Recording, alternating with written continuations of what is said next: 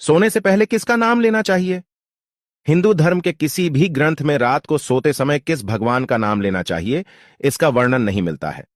इसीलिए अगर आप सोने से पहले भगवान का नाम लेना चाहते हैं तो अपने इष्ट देव का नाम ले सकते हैं।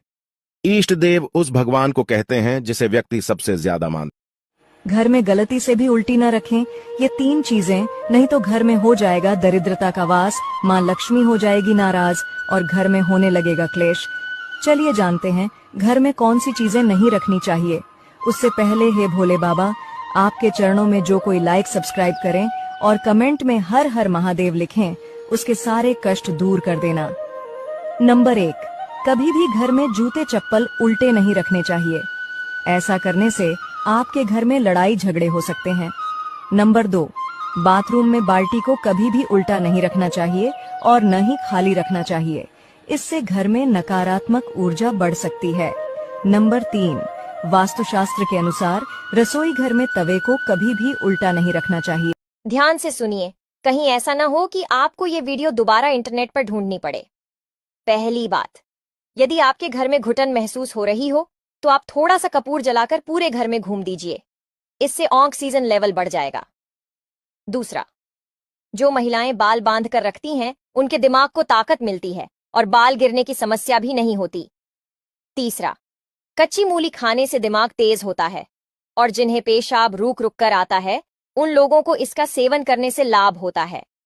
चौथा, रोजाना गर्म पानी पीने से हार्ट अटैक का खतरा नहीं रहता।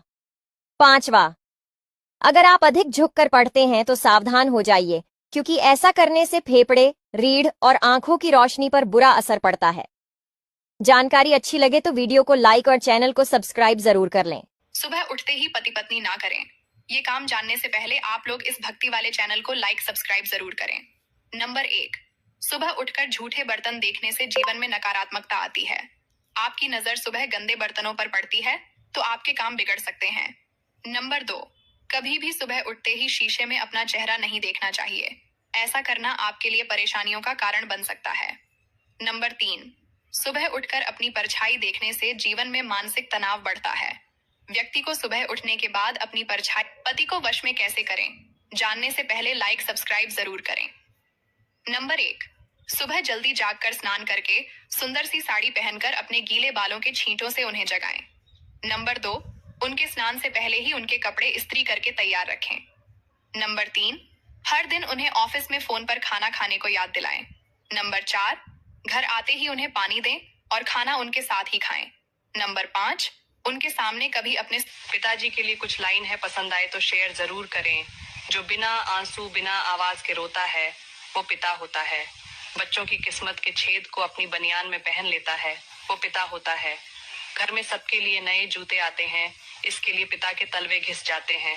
जो अपनी आंखों में दूसरों के सपने संजोता है वो एक पिता होता है।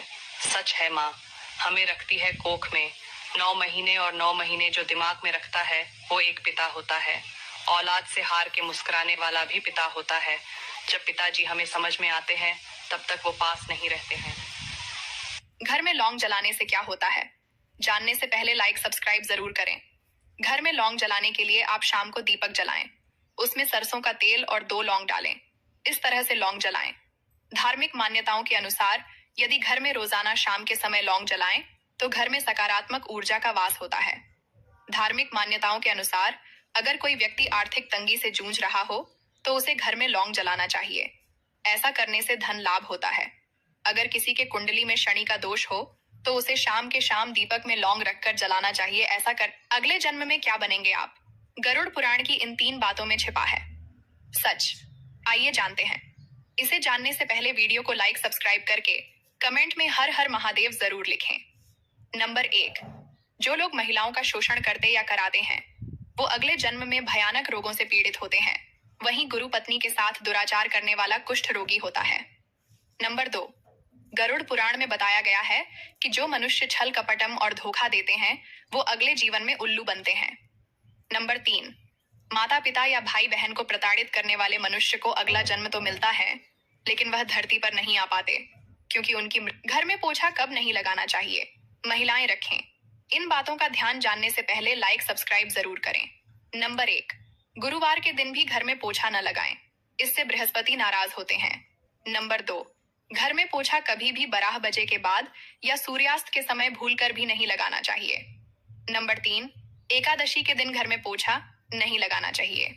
नंबर 4, घर में पोछा कभी भी दिन के समय न लगाएं, हमेशा पोछा सुबह सूर्योदय के बाद ही लगाना चाहिए। नंबर 4, सुबह के समय पोछा लगाने से घर के बीच रात भर में जो नकारात्मक ऊर्जा जमा होती है वो बाहर निकल जाती है, जिससे